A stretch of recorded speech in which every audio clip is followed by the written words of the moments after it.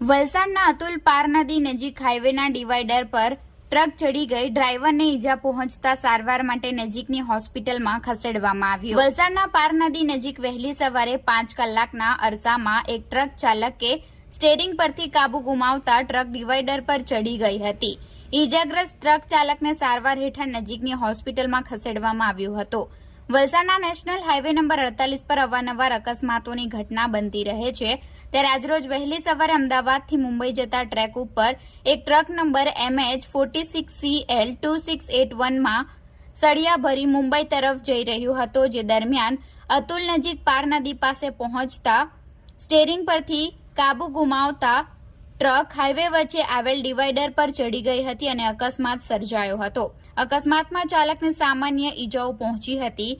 અકસ્માત બનતા હાઈવે પર ટ્રાફિક જામના દ્રશ્યો સર્જાયા હતા। ઘટના બનતા રૂરલ પોલીસ તેમજ હાઈવે પેટ્રોલિંગની વાન ઘટના સ્થળે પહોંચી હતી અને ટ્રકને સાઈડે કરાવવાની કામગીરી હાથ ધરી વાહન વ્યવહાર સામાન્ય કરાવ્યો હતો।